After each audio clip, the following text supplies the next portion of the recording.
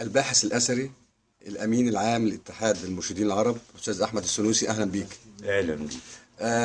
عايزين نعرف قصة الباحثة الإنجليزية في المصريات، ميري، مظبوط؟ نعم. أنت حضرتك كان ليك بحث تكذب هذه الباحثة. نعم.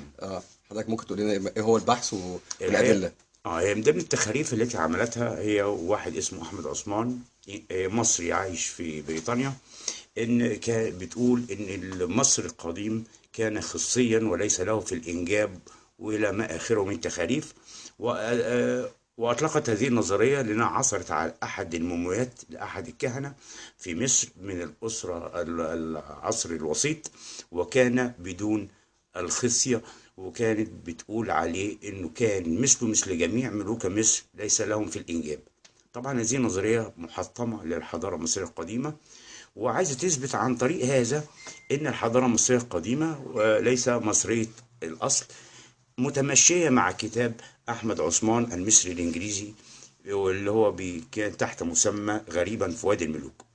الآن عايز أقول لك واستشهدت أيضا بجثة أو بمومية أحد الملوك العظام وهو تحتمس الثالث. من الغريب أن تحتمس الثالث باني أول وآخر إمبراطورية في مصر قديما وحديثا كان له من الأبناء أكثر من 12.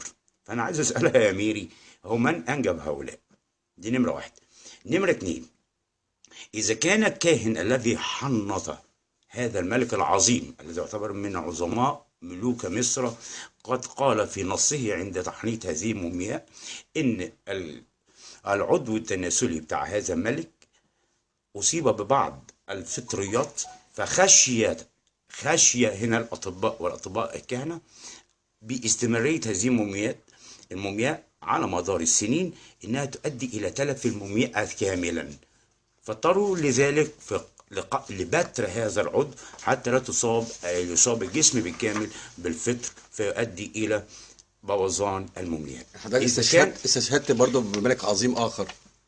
ما في وبرضه أطلقت هذا مثل على ميرن بتاح ابن رمسيس الثاني، لأن وبعدين استندت إن الخليفة ميرن بتاح ما كانش ابنه اللي هو سيتي الثاني. فطبعا كل هذا الكلام ادعاءات خطأ وليس له أي أساس من الصحة على الإطلاق. بعدين إذا كان هذا حدث، وبعدين هي استشهدت برضه بعض المومياوات عن طريق دكتورة في إيطاليا أخذت بعض المومياوات برضه وكان فيها نفس هذا الشيء. فأنا عايز أقول لها إذا كان هذا الخطأ التشريحي الطبي حدث مع أعظم ملوك مصر وسنوسرت، ألا يمكن أن يحدث مع عامة الشعب أو الكهنة؟ فأكيد. إنما عشان أقول إن المصري لم يكن خصيا عشان امرأة العزيز اجتهد سيدنا يوسف ودخلوا في تخاريف تاريخية مع تخاريف دينية، فهذا ليس له أي علاقة بصحة القول على الإطلاق. أستاذ أحمد، أشكرك. العفو.